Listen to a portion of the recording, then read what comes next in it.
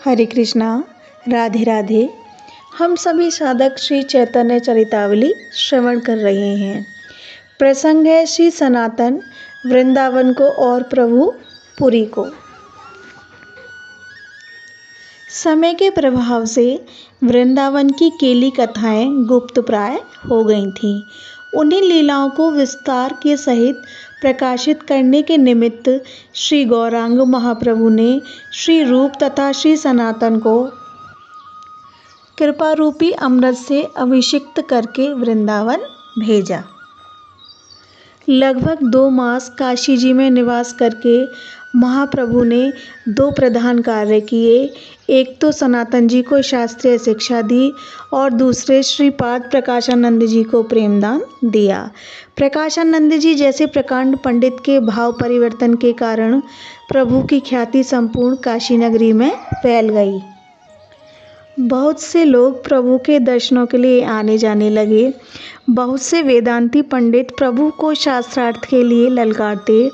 प्रभु नम्रतापूर्वक कह देते, मैं शास्त्रार्थ क्या जानूं। जिन्हें शास्त्रों के वाक्यों के ही बाल की खाल निकालनी हो वे निकालते रहें। मैंने तो सभी शास्त्रों का सार यही समझा है कि सब समय सर्वत्र सदा भगवान नारायण का ही ध्यान करना चाहिए। जो आस्तिक पुरुष मेरी इस बात का खंडन करे वह मेरे सामने आवे। प्रभु के इस उत्तर को सुनकर सभी चुप हो जाते और अपना सा मुख लेकर लौट जाते। बहुत भीड़भाड़ और लोगों के गमनागमन से प्रभु का चित्त ऊब सा गया। प्रभु को बहुत बातें करना प्रिय नहीं था। वे श्री कृष्ण कथा के अतिरिक्त एक शब्द सुनना भी नहीं चाहते थे। संसारी लोगों के संपर्क से सांसारिक बातें छिड़ ही जाती हैं। यह बात प्रभु को पसंद नहीं थी, इसलिए उन्होंने ही पुरी जाने का निश्चय कर लिया। प्रभु के निश्चय को समझकर दीन भाव से हाथ जोड़े हुए श्री सनातन जी ने पूछा, प्रभु मेरे लिए क्या आज्ञा होती है। प्रभु ने कहा, तुम भी अपने भाई के ही पथ का अनुसरण करो। वृंदावन में रहकर तुम दोनों भाई ब्रजमंडल के लुप्त तीर्थों का फिर से उद्धार करो और भगवान की अप्रकट लीलाओं का भक्ति ग्रंथों द्वारा प्रचार करो। तुम दोनों ही भाई वैराग्यवान हो, पंडित हो, रसमर्मज्ञ हो, कवि हृदय के हो। तुम्हारे द्वारा जिन ग्रंथों का प्रणयन होगा उनसे लोगों का बहुत अधिक कल्याण होगा। ब्रजमंडल में आए हुए गौड़ीय भक्तों की देख रेख का कार्य भी मैं तुम ही लोगों को सौंपता हूँ। हाथ जोड़े हुए विविशता के स्वर में सनातन जी ने कहा, प्रभु हम अधम भला इस इतने बड़े कार्य के योग्य कैसे हो सकते हैं, किंतु हमें इससे क्या। हम तो यंत्र हैं।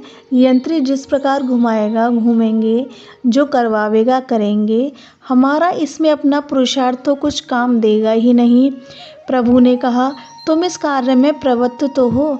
श्री हरि स्वतः ही तुम्हारे हृदय में शक्ति का संचार करेंगे। तुम्हारे हृदय में स्वतः ही श्री कृष्ण लीलाओं की स्फुरना होने लगेगी। इस प्रकार सनातन को समझा बुझाकर प्रभु ने उन्हें वृंदावन जाने के लिए राजी कर लिया। दूसरे दिन प्रातःकाल ही प्रभु ने गंगा स्नान करके पुरी की ओर प्रस्थान कर दिया।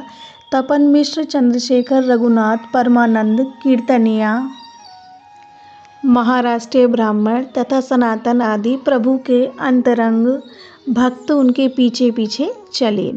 प्रभु ने सभी को समझा बुझाकर लौटा दिया। वे सभी को प्रेम पूर्वक आलिंगन करके बलभद्र भट्टाचार्य के सहित आगे बढ़े। भक्तगण मूर्छित होकर पृथ्वी पर गिर पड़े। श्री सनातन जी को प्रभु वियोग से अपार दुख हुआ। चंद्रशेखर वैद्य उन्हें जैसे तैसे उठाकर अपने घर लाए। दूसरे दिन वे भी सबसे विदा लेकर राजपथ से वृंदावन की ओर चले। इधर श्री रूप जी ने सुबुद्धि राय जी के साथ सभी वनों की यात्रा की। वे 1 महीने तक ब्रज में भ्रमण करते रहे। फिर उन्हें अपने भाई सनातन की चिंता हुई, इसलिए उनकी खोज में वे अपने छोटे भाई अनूप के सहित सोरों होकर गंगा जी के किनारे किनारे प्रयाग होते हुए काशी आए। काशी जी में आकर उन्हें सनातन जी का और प्रभु का सभी समाचार मिला। श्री सनातन जी मथुरा में जाकर अपने दोनों भाइयों की खोज करने लगे। सहसा इनकी सुबुद्धि राय जी से भेंट हो गई। उनसे पता चला कि रूप और अनूप तो काशी होते हुए आपकी ही खोज में गौड़ देश को गए हैं। रूप जी गंगा जी के किनारे किनारे आए थे और सनातन जी सड़क सड़क गए थे, इसलिए रास्ते में इन दोनों भाइयों की भेंट नहीं हुई। सनातन जी अब परम वैरागी सन्यासी की भांति त्याग में जीवन बिताते हुए ब्रजमंडल के लुप्त तीर्थों के उद्धार में प्रवृत्त हुए। उन्हें किसी भक्त से मथुरा में मथुरा महात्म्यम नाम की पुस्तक मिल गई। उसी के अनुसार वे ब्रजमंडल के सभी वनों और कुंजों में घूम घूम कर लुप्त तीर्थों का पता लगाने लगे। वे घर घर से टुकड़े मांगकर खाते थे और रात्रि में किसी पेड़ के नीचे पड़े रहते थे। इसी प्रकार ये अपने जीवन को बिताने लगे। इधर महाप्रभु भक्तों से विदा होकर झाड़ीखंड के रास्ते से पुरी की ओर चलने लगे। रास्ते में भिक्षा का प्रबंध उसी प्रकार बलभद्र भट्टाचार्य करते। कभी कभी तो केवल साग और वन के कच्चे पक्के फलों के ही ऊपर निर्वाह करना पड़ता। प्रभु रास्ते में राम राघव राम राघव राम राघव रक्ष माम, कृष्ण केशव कृष्ण केशव कृष्ण केशव पाहि माम, इस पद का बड़े ही स्वर के सहित उच्चारण करते जाते थे। रास्ते में चलते चलते प्रभु को बड़े जोरों की प्यास लगी। सामने से उन्हें आता हुआ एक ग्वाले का लड़का दिखा। उसके सिर पर एक मटकी थी। प्रभु ने उससे पूछा, क्यों भाई, इसमें क्या है? उस बच्चे ने बड़ी ही नम्रता के साथ कहा, स्वामी जी, इसमें मट्ठा है, मैं अपने पिता को देने के लिए जाता हूँ। प्रभु ने कहा, मुझे बड़ी प्यास लग रही है, क्या तुम मुझे यह मट्ठा पिला सकते हो? लड़के ने कहा, महाराज, मैं पिला तो देता, किंतु मेरे पिता मेरी प्रतीक्षा कर रहे होंगे। प्रभु ने कहा, अच्छी बात है, तो तुम उन्हीं के पास इसे ले जाओ। इतना कहकर प्रभु आगे चलने लगे। थोड़ी देर में उस लड़के ने कुछ सोचकर कहा, स्वामी जी, लौट आइए, आप इस मट्ठे को पी लीजिए। प्रभु ने कहा, तुम्हारे पिता नाराज होंगे, तब तुम क्या कहोगे?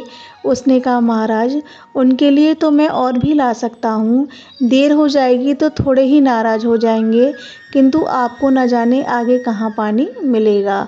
धूप तेज पड़ रही है, आप प्यासे जाएंगे, इससे मेरा दिल धड़क रहा है, चाहे कुछ भी क्यों ना हो, मैं आपको प्यासा न जाने दूंगा। प्रभु ने कहा, नहीं भाई, तुम्हारे पिता तुमसे नाराज हों, यह ठीक नहीं है, मुझे तो कहीं ना कहीं आगे जल मिल ही जाएगा। प्रभु की इस बात को सुनकर उस बच्चे ने आकर प्रभु के पैर पकड़ लिए और रोते रोते उनसे मट्ठा पीने की प्रार्थना करने लगा। दयालु प्रभु उसके आग्रह को टाल न सके और उसके कहने से उस मिट्टी के बड़े बर्तन के संपूर्ण मट्ठे को पी गए।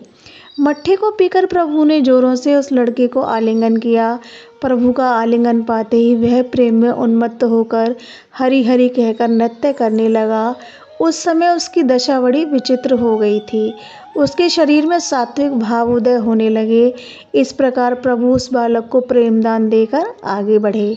कई दिनों के पश्चात प्रभु पुरी के समीप पहुंच गए। दूर से ही उन्हें श्री जगन्नाथ जी की पताका दिखाई दी। श्री मंदिर की पताका के दर्शन होते ही प्रभु ने भूमि में लौटकर जगन्नाथ जी की फहराती हुई विशाल पताका को प्रणाम किया और वे 18 नाला पर पहुँचे।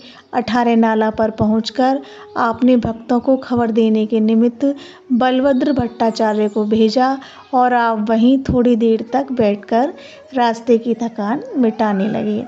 यह प्रसंग अब यहीं विश्राम लेता है। हरे कृष्णा, राधे राधे।